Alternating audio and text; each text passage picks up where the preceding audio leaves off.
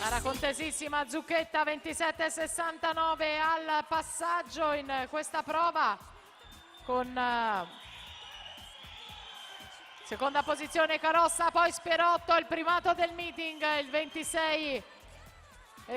56,23 di Zuin. Vediamo l'epilogo con la vittoria di Zucchetta che va al touch in 58,89. Francesco Zucchetta si aggiudica la farfalla veloce da